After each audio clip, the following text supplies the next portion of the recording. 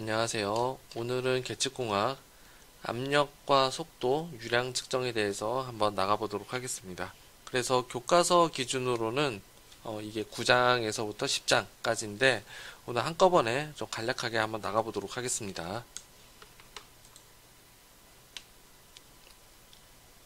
자, 먼저 유량과 압력 이런 것들을 측정할 때 가장 기본적인 유체역학적인 그런 개념을 좀 가져야 됩니다. 그래서 그 유체역학적인 그런 개념을 이제 압력을 통해 가지고 간단하게 좀 한번 보도록 하겠습니다. 자, 압력도 크게 종류가 있는데 계기 압력, 이제 게이지 프레셔라고 얘기를 합니다. 그래서 측정되는 압력이라고 보셔도 되고요. 뭐 기기상 보여지는 압력, 그러니까 해당되는 것은 기준 압력을 고려하지 않는 겁니다. 기준 압력. 그래서 기준 압력은 뭐냐면은 이제 보통 이제 대기압을 많이 잡습니다. 대기압을. 그래서 대기압을 고려하지 않고 측정한 압력. 그러니까 게이지에서 만약에 뭐 0.5다라고 하면은 여기에 기준 압력이 더해져 있지 않는 거예요. 그래서 밑에 보시면은 자, 이렇게 되어 있습니다. 밑에 완벽하게 이제 진공은 이제 0파스칼이죠.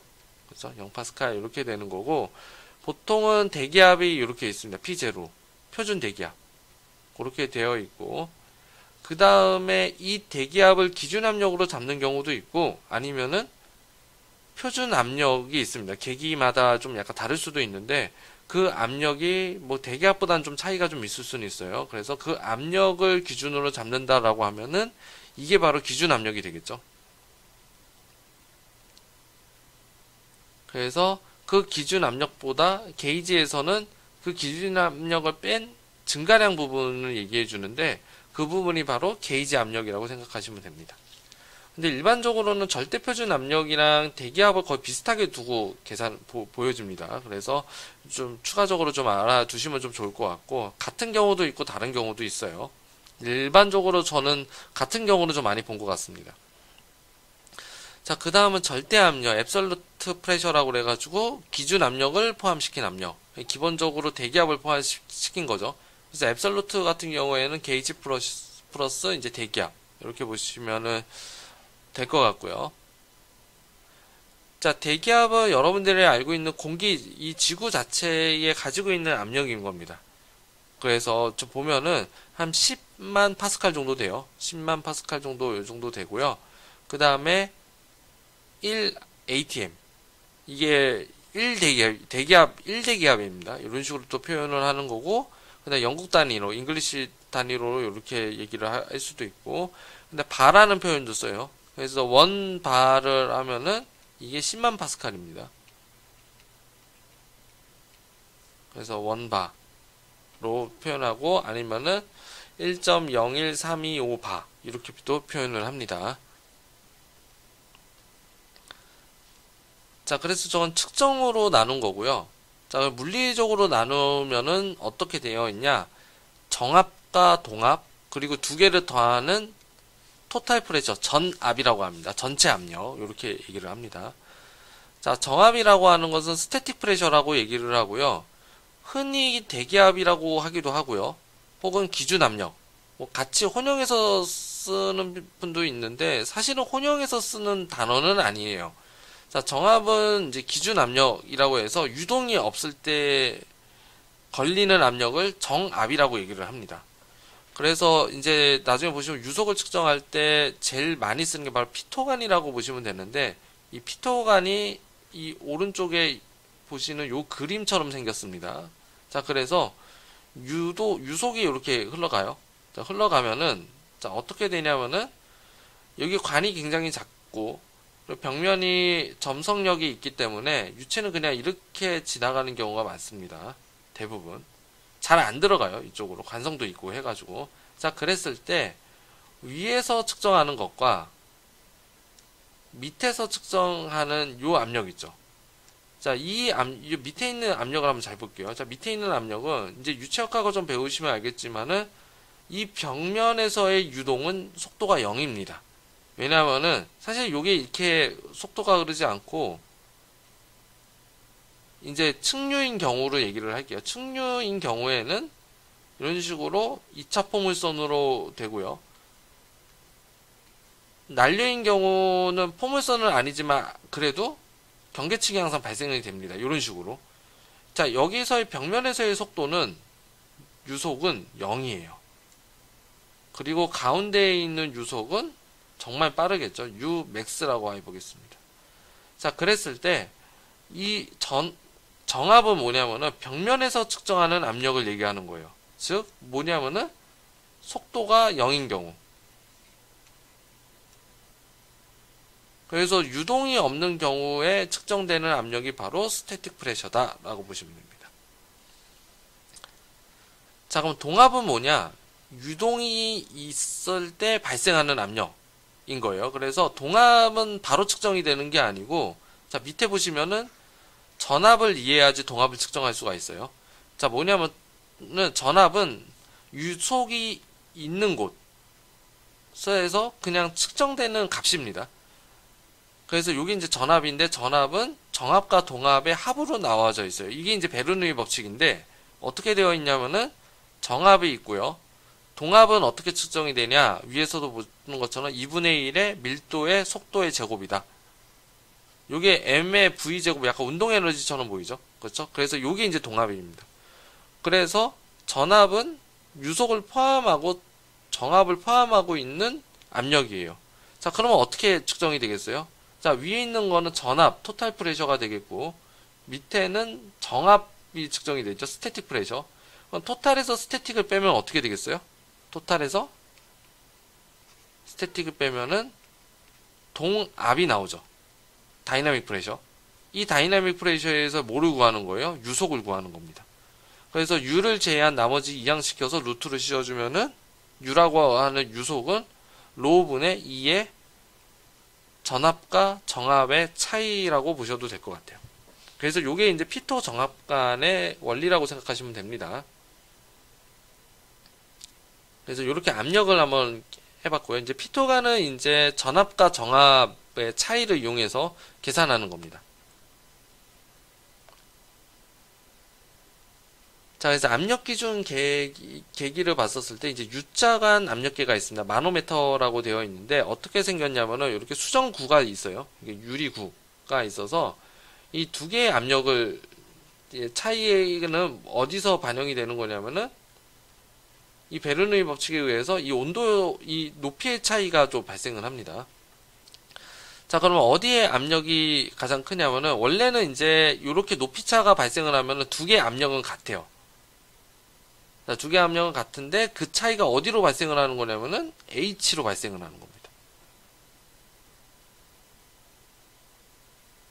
그래서 사실은 이게 일정하거나 좀 하면은 다시 압력이 또 커질 거예요. 그래야 이제 밀어내겠죠.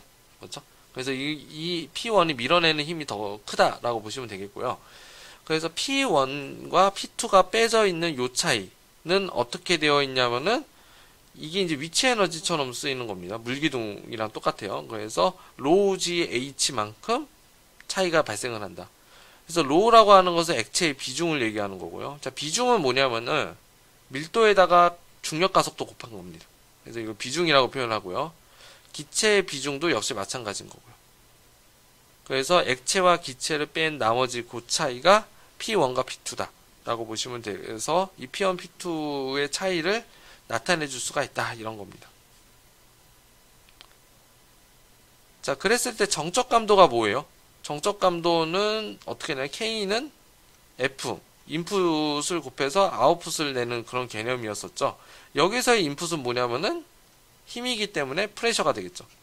P1, P2 이렇게 되겠고, 아웃풋은 뭐냐면 H로 나오죠. 높이. 그래서 그때의 K가 뭐냐면은 비중 차이의 역수가 되겠습니다.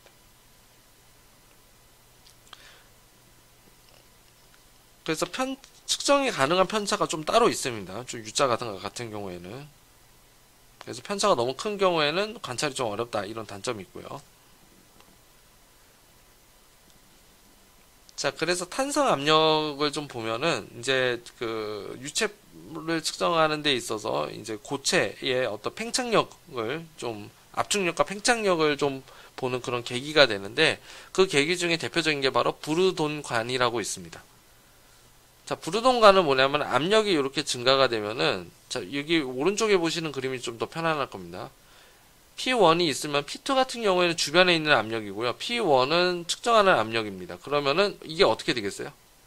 팽창을 하겠죠. 그럼 팽창을 이런 식으로 팽창을 하게 됩니다. 그래서 이 끄트머리가 이동을 하게 되겠죠. 그렇죠? 그래서 이동하게 되면은 여기 눈금이 있습니다. 눈금. 여기에 이동하게 되면 눈금이 있거나 아니면 분할기 이런 등등이 있어가지고 이런 등등에서 기계 링크가 어떻게 돼요?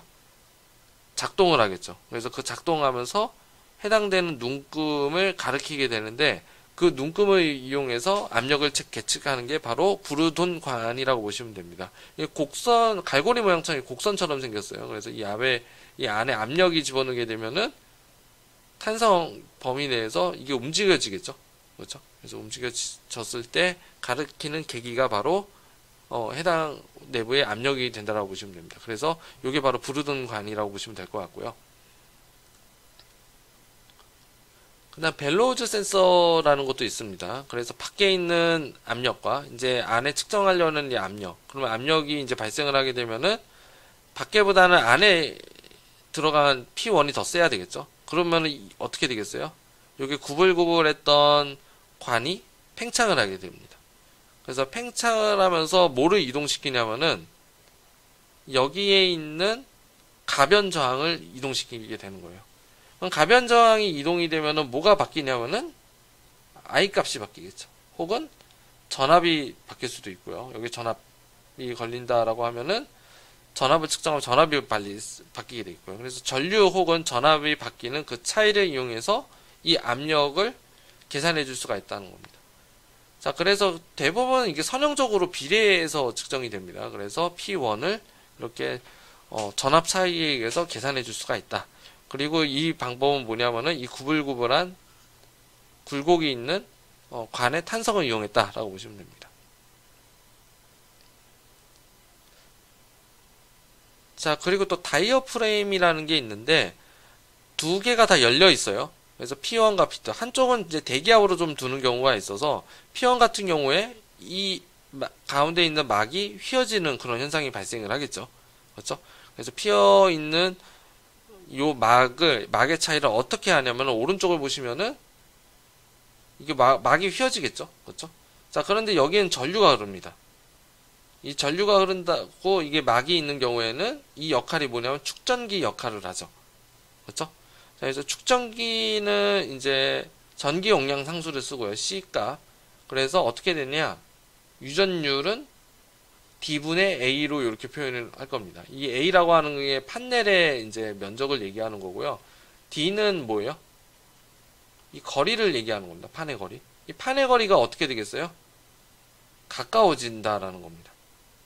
그래서 압이 이제 측정하고 있는 압이 증가하면은 판넬을 이제 구부러뜨려서 이 D를 감소시키면은 뭐가 증가가 되겠어요? C값이 증가가 되겠죠. 그렇죠? 그래서 전기 용량이 더 증가하는 그런 효과가 나타난다고 보시면 됩니다. 그래서 그 전기 용량의 차이가 이제 전류의 어떤 변화를 바꾸겠죠. 그래서 그 전류의 변화량을 가지고 압력을 선형적으로 좀 측정해 줄 수가 있습니다. 자, 그 다음에 앞전소자라는 게 있어요. 앞전소자. 그래서 앞전소자는 이게 수정체라고 보시면 됩니다. 수정체. 이게 유리처럼 생겼습니다. 그래서 이 수정체가 뭐냐면은 요게 금속 이제 이렇게 유리 어떤 각이 있다라고 했었을 때 여기에 이제 힘을 주잖아요. 그럼 뭐가 발생하냐면은 전류가 발생하는 그런 원리입니다. 그래서 이걸 이제 수정체라고 합니다. 피에조라고 하기도 해요. 피에조. 그래서 피에조 일렉트릭 크리스탈이라고 해서 이게 압을 가하는 겁니다. 압을 가하면은 여기에서 전류가 발생하는, 전압이 발생하는. 그래서 전기적인 신호가 발생이 돼서 이 가해지는 압과 전하량이 비례를 하기 때문에 이 전하량을 측정을 하게 되면은 비례식을 이용해서 압력을 측정해 줄 수가 있겠죠. 그래서 이게 바로 앞전소자의 원리라가 되겠습니다.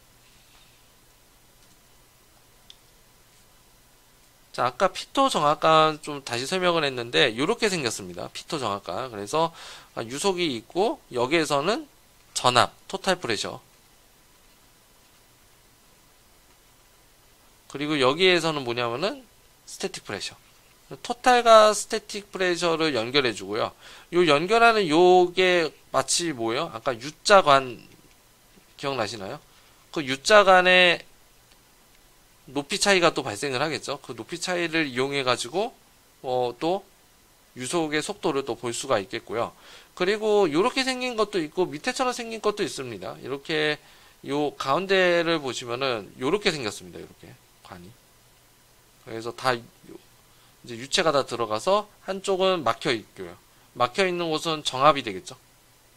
그리고 가운데에 있는 관은 흘러가지고 계속 나타나는 거. 이거는 토탈 프레셔가 됩니다. 그래서 전체 압력과 정압을 이용, 전압과 전체 압력, 토탈 프레셔와 이제 스태틱 프레셔 두 개를 차가 이제 되면은 그게 이제 동압, 이제 유속이 나오겠죠.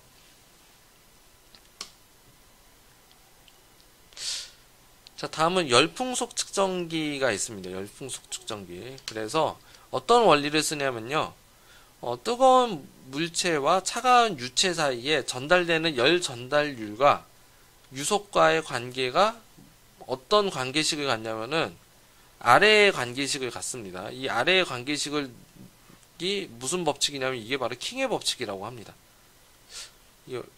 킹이라고 하는 사람이 사람 이름 같아요. 제가 또 정확하게는 잘 모르겠는데 이러한 법칙이 있다라고 해요. 그래서 열 전달률과 유속과의 관계를 나타내는 이제 실험적으로 나타낸 것 같습니다. 그래서 A와 B는 실험 상수인 것 같고요. 그리고 여기 유속이죠. 유량. 시간당 유량인 것 같습니다. 시간당 유량을 얘기하는 것 같고요. 여기는 이제 유속이 이제 M배로, 이 M도 제가 봤을 때는 상수 같아요. 그 실험 상수 같습니다. 실험에 의해서 본 거. 그래서 이 킹의 법칙에 의해서 이 Q와 U의 관계를 알 수가 있다는 거죠.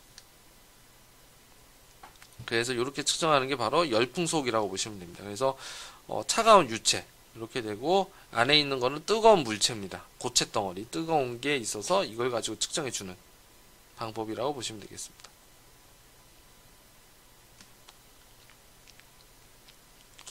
자, 레이저 도플러 풍속 측정법을 한번 보도록 할게요.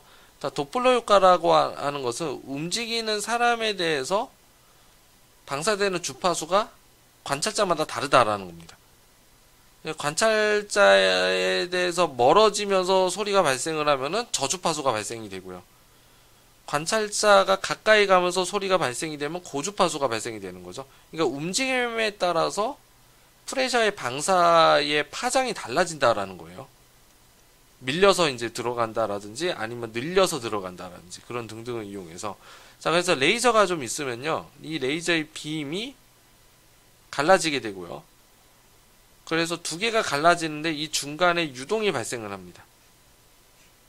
그래서 유속이 발생을 하면은 이 두 개가 비례해서 딱 정확하게 들어가는 게 아니고 좀 갈라지는 걸로 알고 있어요. 그래서 갈라져서 그 두 개에 있는 정기적인 차이가 어떻게 나타나냐면은 맥노리 현상으로 나타난다라고 합니다. 도플러 주파수를 이제 여기서 구할 수가 있고요.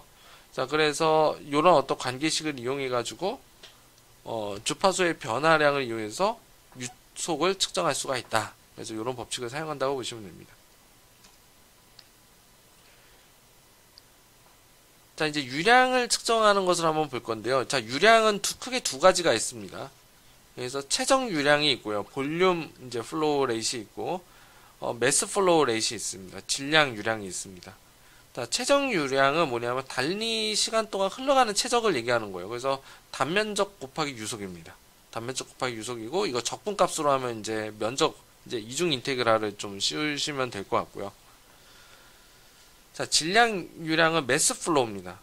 그래서 유량에다가 뭘 더해 주냐면은 밀도를 곱해 주는 겁니다. 그래서 최적 유량은 미터 세제곱 퍼 세크고 질량 유량은 킬로그램 퍼 세크 이렇게 됩니다. 자, 밀도가 불균이라는 경우에는 질량 유량이 좀 계산하기가 쉽지가 않아요. 그래서 밀도에 오차가 발생을 하기 때문에 굉장히 어려운 특성을 가지고 있습니다. 자, 그리고 유체 흐름에서도 오차가 발생을 하는데 난류 같은 경우에는 뭐냐면 측류는 좀 그나마 낫습니다. 난류 같은 경우에는 시간에 따라서 계속 뭐냐면 노이즈가 끼는 그런 플로우를 발생을 합니다. 그래서 그 플로우에 의해서 평균 속도에도 무작위 오차가 좀 발생을 하겠죠. 자, 이걸 이용해서 이제 유량을 측정을 할 건데, 차압으로 이제 유량을 측정하는 방법이 있습니다. 자, 어떻게 측정하냐면은, 자, 이 관 안에 보면은, 그냥 와이 뚫려 있는 관은 그냥 유량이 똑같겠죠.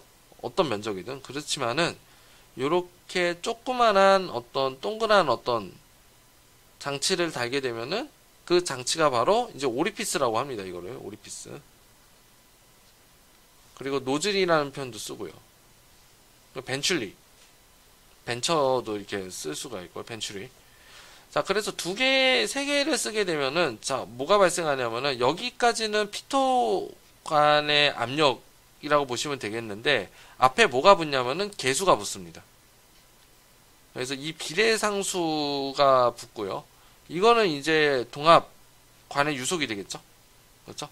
그래서 관의 유속이 돼서, 이 비례상수는 관의 면적들의 약간 관계하는 그런 식이 있습니다. 그래서 이 식이 뭐냐면 어떤 오리피스를 달거나 어떤 노리즈를 달거나 어떤 벤츄리를 달았던지에 따라서 이 비례상수가 다 구해놓은 식들이 있어요. 그 구해놓은 식들과 면적을 이용해서 유량을 예측하는 그런 방법이 되겠습니다. 자, 피토관으로 응용을 시킬 수도 있어요. 아까처럼 얘기했던 것처럼 이 두 개의 온도 차이, 이 오리피스에 관련돼서 두 개의 온도 차이를 넣어줌으로써 수도가 발생을 하고, 수도의 차이가 발생을 하고, 이 수도의 차이를 이용해 가지고 아까처럼의 비례상수를 이용해서 유량을 계산하는 그런 방법이 되겠습니다.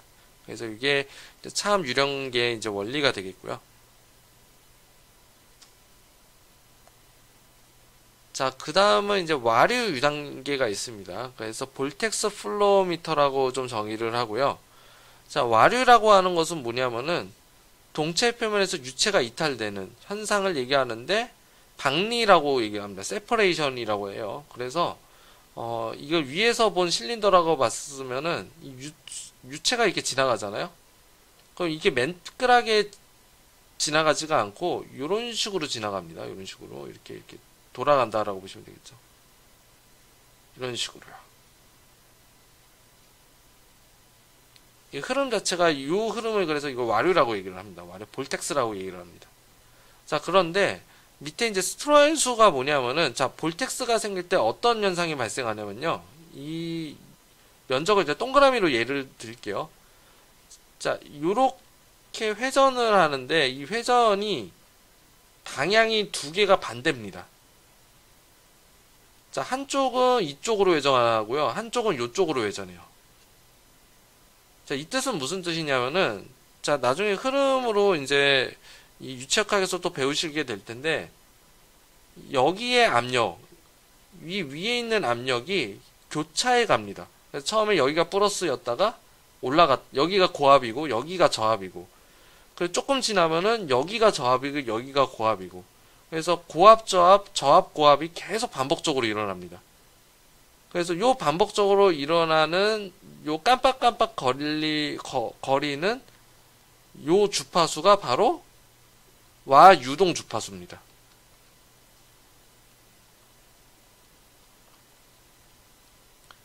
그래서 사실은 이 와유동 주파수가 소음에도 영향이 있어요. 소음에 보면은 요게 이제 다이폴처럼 요렇게 퍼져나가거든요.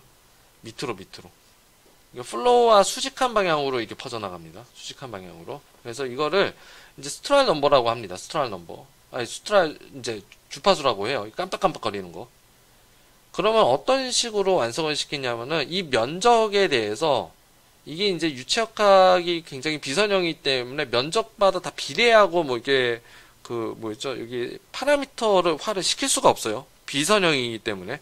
자, 그래서 어떻게 되냐면은 이 스트랄 넘버가 정의가 되는데 스트랄 넘버는 어떻게 정의가 되냐면은 유속분의 아까 깜빡깜빡거리는 와 유동 주파수 있죠. 이게 주파수입니다. 이게 주파수 와 유동 주파수의 특성 길이를 곱한 값이 됩니다.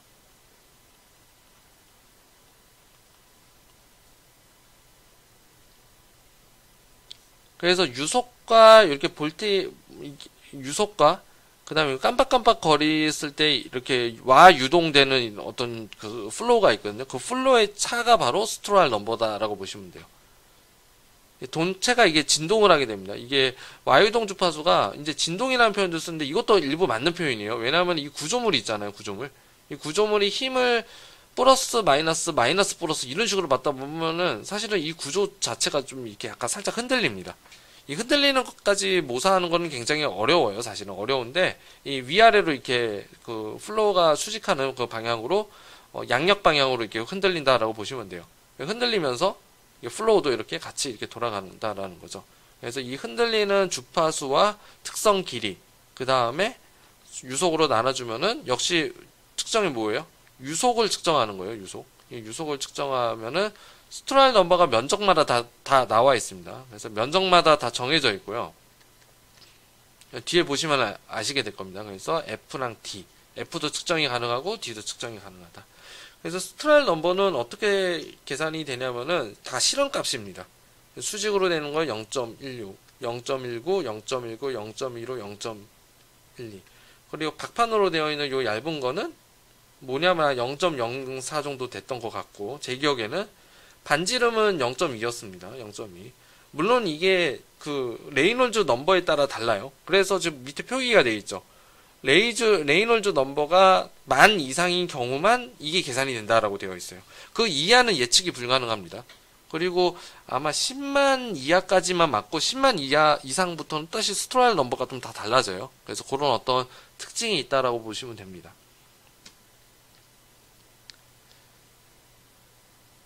자, 그 다음은 터빈 유량계에 대해서 한번 볼게요. 자, 터빈 유량계는 어떻게 되냐면은 여기에 이제 유량이 좀 지나가고 말 그대로 이게 팬이 돌아가는 겁니다. 로터가 돌아가요. 그 로터가 돌아가는 각속도가 있겠고 그 각속도와 K 비례상수가 있어서 이 비례상수와 각속도를 곱해지게 되면은 Q 값을 예측할 수가 있다. 그래서 되게 정확한 정밀한 그런 방법이라고 보시면 돼요. 터빈 유량계. 그래서 관 사이에 이렇게 유량계를 설치를 하는 거예요. 그렇지만은 설치가 매우 까다롭습니다. 왜냐하면 관과 관 사이를 끊어줘야 되잖아요. 그렇죠? 그래서 그런 어려움이 좀 발생을 하게 되지만은 확실한 방법입니다. 그래서 직접적으로 플로우를 측정할 수 있는 방법이라고 보시면 될 것 같고요. 자, 마지막으로 이제 열 유량계와 코리올리 유량계가 있습니다. 이제 밑에가 이제 질량 유량계라고 보시면 되겠고요. 열 유량계 같은 경우에는 이제 필라멘트를 가열기를 놓고 유체를 증가시키게 되면은 이 가열기의 상류와 하류가 유체 속도를 측정하게 되어 있어요. 그래서 보통은 이 측정기는 자동차 연료 분사 장치에 좀 주로 사용하게 되어 있고요. 열 유량계는. 자, 코리올리는 어떻게 되어 있냐면은 이 플로우가 들어가게 되면은 여기 지금 비스듬하게 좀 연결이 되어 있다고 보시면 돼요. 여기 나사선으로 이게 살짝 좀 무겁게 되어 있죠. 그래서 제가 정확하게는 제가 어떻게 작동하는지는 제가 기억이 잘 안 나는데 플로우가 되면은 한쪽으로 이게 돌아갑니다. 이게 이쪽으로 이렇게 돌아간다라고 보시면 돼요. 그래서 돌아가면서 그 돌아가는 이 힘이 어떠냐에 따라서 플로우가 발생을 한다라고 보시면 돼요. 그래서 아마 계속 플로우가 되면은 계속 이제 전향력이 발생한다. 이거는 아닌 걸로 알고 있고요. 한번 순간 플로우가 발생을 했었을 때, 요 속도가 이제 나오는 것으로 알고 있습니다. 그래서 그 나오는 그 양에 따라서 유량이 어떻게 달라지는지 그런 것들을 좀 나타낼 수가 있겠죠. 아마 이게 코리올리 힘으로 나타냈다라고 하면은 아마 가속도가 있어야 될 거예요. 가속도. 그래서 유량이 좀 생겼다가 안 생겼다. 약간 그런 어떤 변화를 좀 더 측정을 좀 잘할 것으로 좀 예상을 하고, 그렇습니다. 자, 그래서 여기까지 해가지고 유량, 압력 측정, 이제 유속 측정까지 한번 해봤고요. 예. 좀 긴 시간 동안 고생하셨습니다.